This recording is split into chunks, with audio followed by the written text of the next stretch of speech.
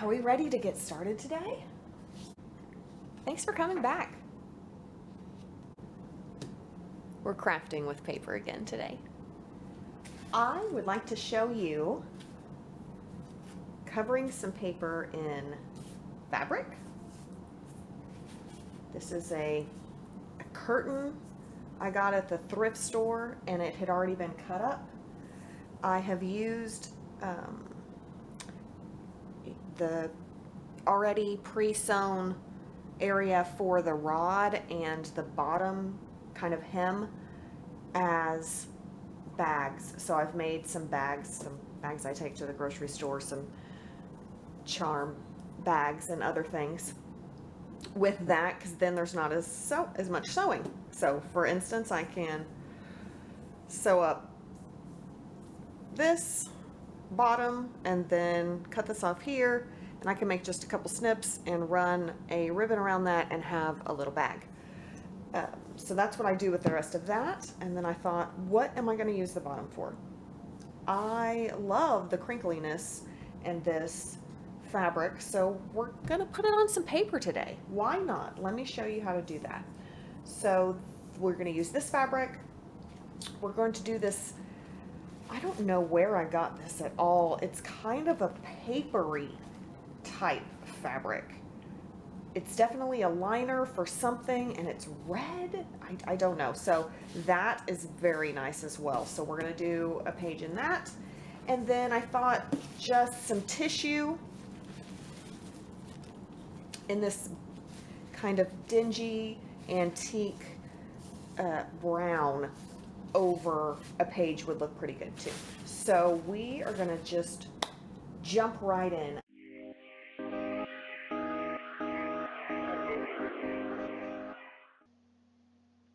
Okay, here we go. I am going to start with this gray organza fabric.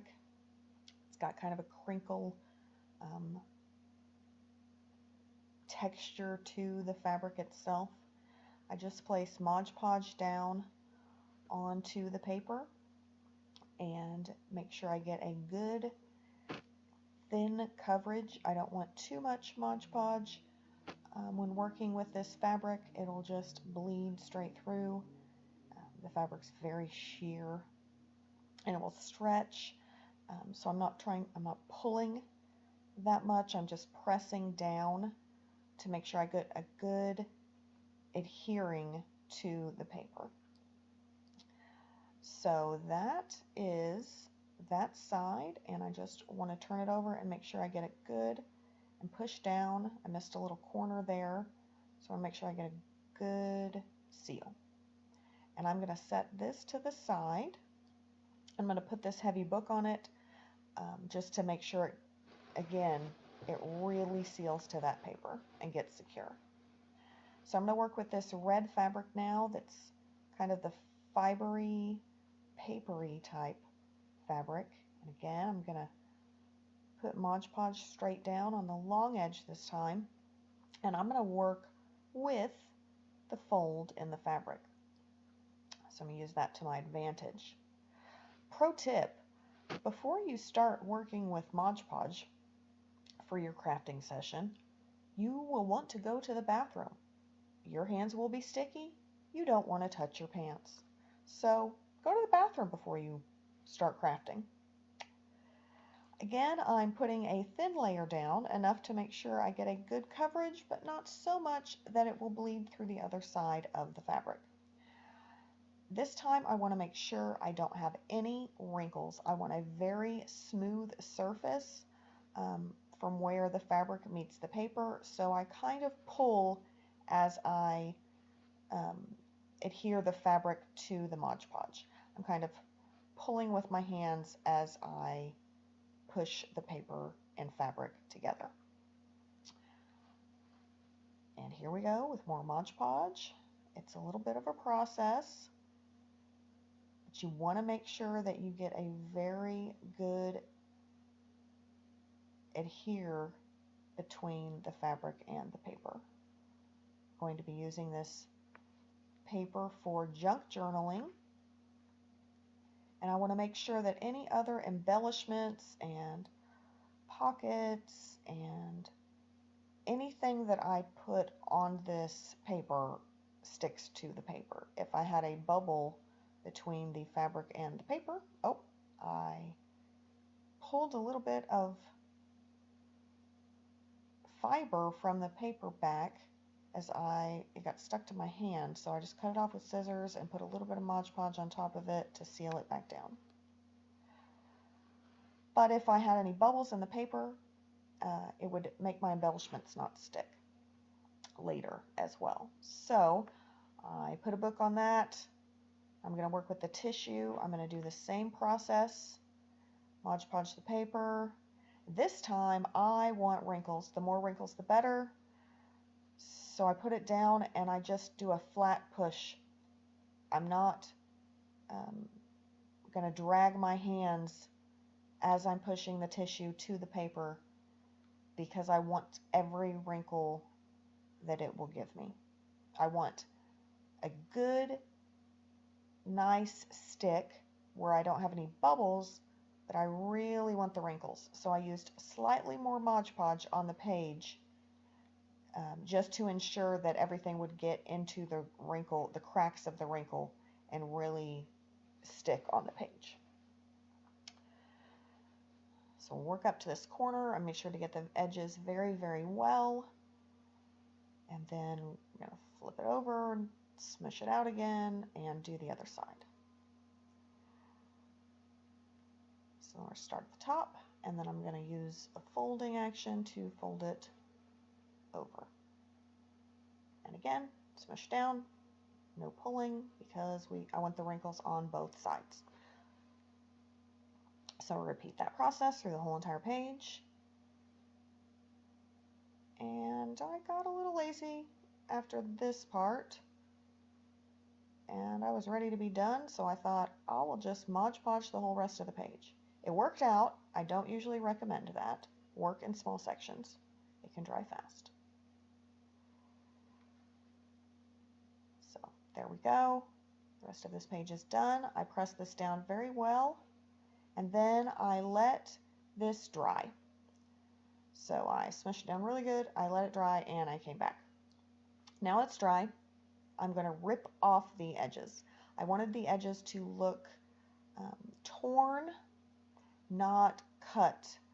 I wanted it to have more of that antique old feel, and I thought that this jagged edge, though very slight, would give to that feel.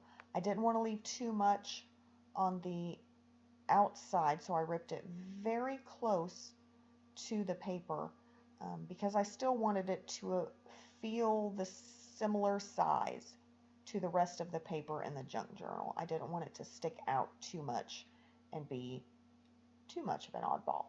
So I went ahead to stay close to the paper, but I did give it that ripped edge. So the bottom edge is going to be straight because we did do the fold with the tissue, but the other three sides are going to have that kind of torn, very old, antique-y feel to it. So here we go. I'm just cleaning it up some more.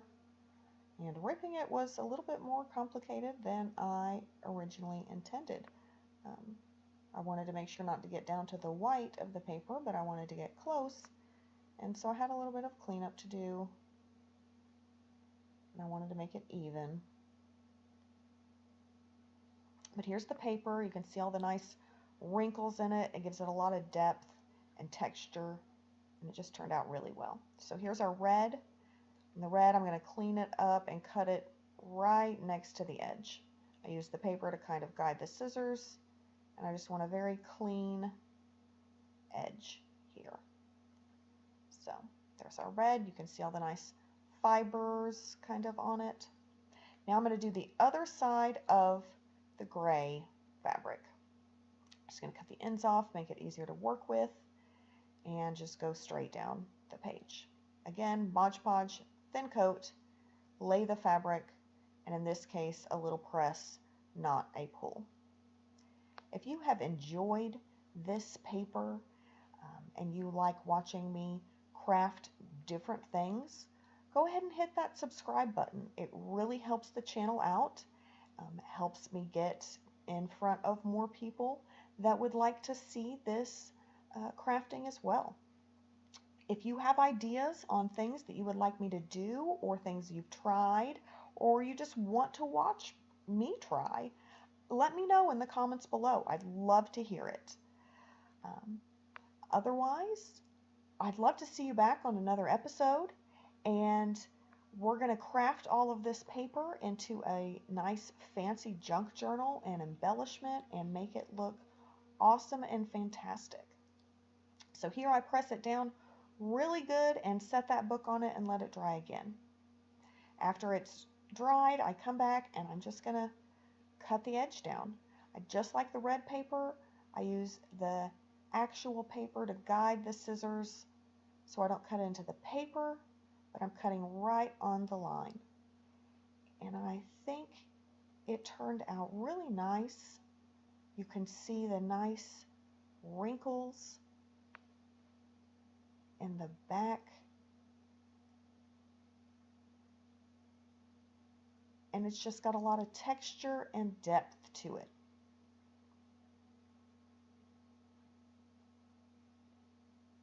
It apparently took me a while to cut this page.